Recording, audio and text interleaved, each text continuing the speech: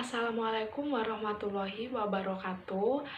Perkenalkan, nama saya Nilawati Krisanti Haryanja. NBI saya 12219000076. Saya adalah mahasiswa Untak Surabaya, Fakultas Ekonomi dan Bisnis, Prodi Akuntansi. Di sini saya akan mempresentasikan suatu mata kuliah manajemen strategis dengan topik strategi kerjasama, dan saya akan memaparkan beberapa poin yang menjadi pembahasan dalam presentasi hari ini. Pokok-pokok bahasan.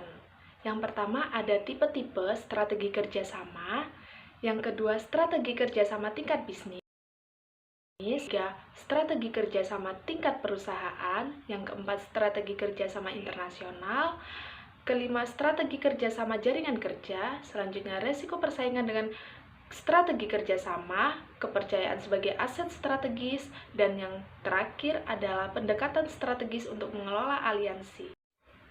Strategi kerjasama atau kemitraan cooperation dibagi menjadi dua, yaitu ada eksplisit dan implisit.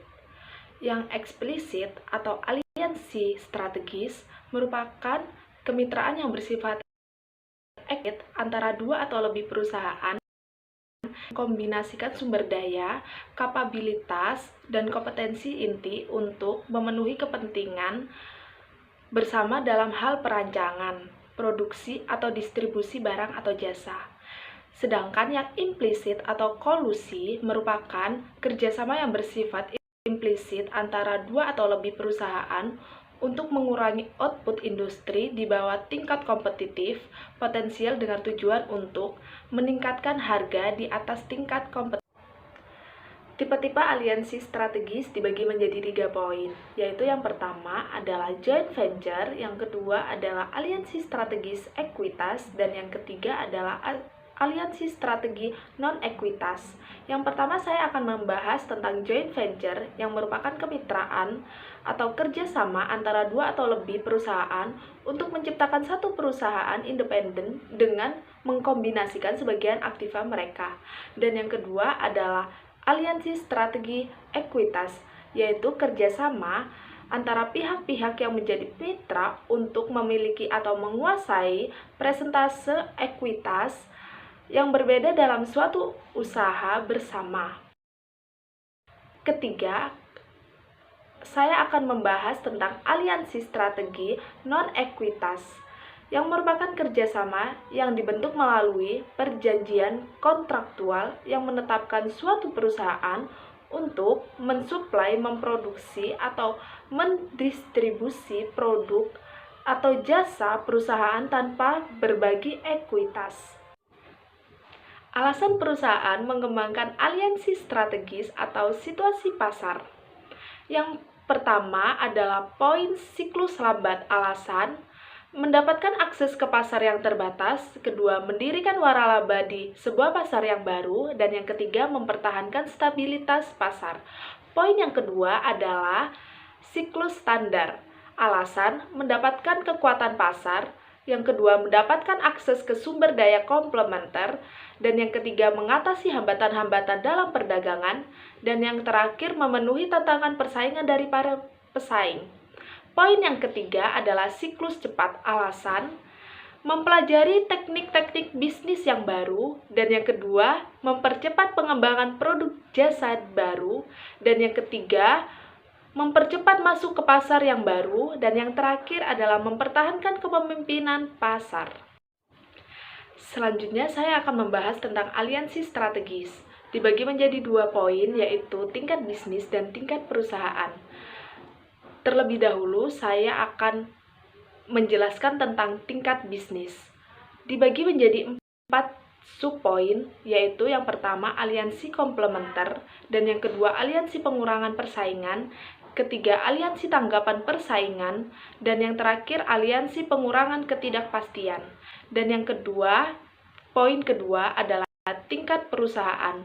Dibagi menjadi 3 subpoin, yaitu aliansi diversifikasi, yang kedua aliansi sinergistik, dan yang terakhir adalah waralaba. Next, saya akan membahas tentang aliansi strategi komplementer, di mana tujuan dari aliansi strategi komplementer yaitu dirancang untuk mengambil keunggulan dari peluang-peluang pasar dengan mengkombinasikan aktiva-aktiva dari perusahaan-perusahaan yang menjadi mitra dengan cara saling melengkapi untuk menciptakan nilai baru.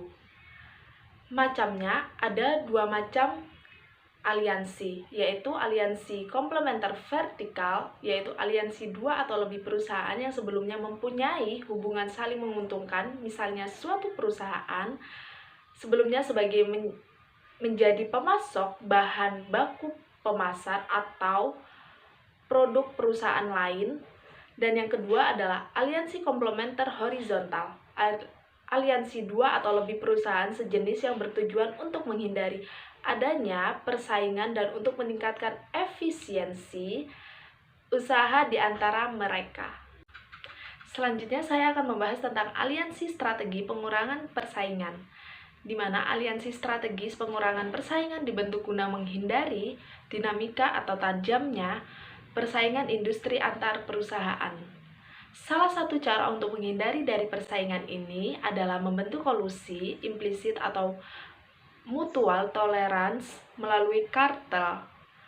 Contoh, OPEC, yaitu perusahaan-perusahaan minyak dari negara anggota yang bersepakat untuk mengelola harga dan hasil produksi mereka. Selanjutnya saya akan membahas tentang strategi aliansi tanggapan persaingan, di mana strategi ini dibentuk dalam rangka menanggapi pola dinamika persaingan industri di antara perusahaan-perusahaan, dimaksudkan sebagai bentuk respon terhadap tindakan para pesaing-pesaing, khususnya tindakan yang strategis dan bukan untuk menanggapi tindakan persaingan yang taktis. Contoh kasusnya adalah S-Air Group, pemilik Swiss Airlines, tidak memiliki pangsa pasar yang besar di negaranya. Karenanya membeli 20% saham South African Airways untuk mendapat posisi utama dalam aliansi penerbangan dunia. Selanjutnya saya akan membahas tentang strategi aliansi pengurangan ketidakpastian. Perubahan lingkungan persaingan yang cepat dan turbulens menciptakan ketidakpastian bagi sejumlah perusahaan. Strategi aliansi pengurangan ketidakpastian digunakan oleh sejumlah perusahaan untuk yang pertama, mempertahankan diri dari resiko ketidakpastian. Yang kedua, melindungi mereka ketika bersaing dengan pasar yang dinamis dan rentan, atau ketika berusaha membentuk standar industri baru. Contoh kasusnya adalah NEC dari Jepang dan Hewlett Packard menggunakan aliansi untuk mengelompokkan keahlian dan teknologi mereka untuk memperluas dan mengembangkan aplikasi telekomunikasi. Selanjutnya, saya akan membahas tentang strategi aliansi tingkat perusahaan, yaitu merupakan strategi aliansi yang dipicu keinginan untuk memfasilitasi diversifikasi pasar dan atau produk agar perusahaan dapat bertumbuh dan dapat melakukan perluasan ke produk atau wilayah pasar yang baru. Jenis atau ragamnya meliputi yang pertama aliansi strategis diversifikasi, kedua aliansi strategis sinergistis, dan yang ketiga adalah pembentukan waralaba. Selanjutnya saya akan membahas tentang aliansi strategis diversifikasi, yaitu merupakan bentuk aliansi untuk bertumbuh yang memungkinkan suatu perusahaan dapat memperluas usahanya melalui penciptaan produk atau wilayah pasar baru tanpa melakukan merger atau akuisisi. Alasan pemilihan strategi ini karena memberikan manfaat sinergistik yang potensial seperti merger dan akuisisi, tetapi dengan tingkat resiko yang lebih rendah dan fleksibilitas yang lebih besar. Next, saya akan membahas tentang aliansi strategis sinergistik, yaitu merupakan aliansi untuk menciptakan ruang lingkup ekonomi bersama yang bersifat multifungsi atau multi bisnis di antara perusahaan yang menjadi mitra. Jenis aliansi ini mirip dengan aliansi strategis komplementer horizontal, tetapi tidak dibangun melalui merger atau akuisisi. Next, saya akan membahas tentang pembentukan waralaba atau franchise. Merupakan perjanjian kontrak antara dua perusahaan yang secara hukum independen, di mana pemberi waralaba atau franchisor memberikan hak kepada penerima waralaba atau franchise atas barang atau jasa dalam lokasi tertentu dan periode waktu tertentu pula. Waralaba merupakan strategi kerjasama kontraktual yang dibangun dengan maksud untuk menyebarkan resiko dan menggunakan sumber daya, kapabilitas, dan kompetensi secara produktif. Keuntungan strategi kerjasama melalui waralaba adalah menguatkan peluang untuk meningkatkan skala ekonomi dengan membentuk banyak unit sambil mengidentifikasikan efisiensi operasional dari kerja unit-unit individual yang bersaing. Selanjutnya saya akan membahas tentang strategi kerjasama internasional, yaitu merupakan seiring meningkatnya globalisasi aliansi lintas batas, yaitu aliansi dengan perusahaan yang kantor pusatnya di negara lain, terus meningkat jumlahnya dan semakin menjadi sumber yang lebih penting bagi daya saing strategis. Ada 4 alasan sejumlah perusahaan memilih untuk menggunakan strategi kerjasama internasional ini. Yang pertama adalah secara umum perusahaan multinasional memiliki kinerja yang lebih baik ketimbang perusahaan domestik. Yang kedua, untuk menangkap peluang-peluang yang muncul di negara asal perusahaan yang bermitra.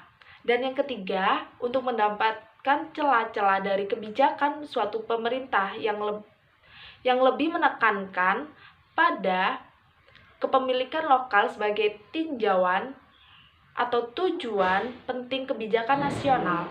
Poin yang terakhir adalah untuk membantu sebuah perusahaan yang mentransformasi dirinya sendiri dalam kondisi-kondisi yang berubah dengan cepat. Sekian dari presentasi yang saya sajikan. Apabila ada kekurangan dan kesalahan dalam penyampaian suatu materi yang telah saya sajikan, saya mohon maaf sebesar-besarnya. Semoga dengan penyampaian materi seperti ini dapat menambah wawasan bagi kita semua tentang materi strategi kerjasama mata kuliah manajemen strategis. Saya ucapkan banyak terima kasih atas perhatiannya dan mohon maaf sebesar-besarnya. Wassalamualaikum warahmatullahi wabarakatuh.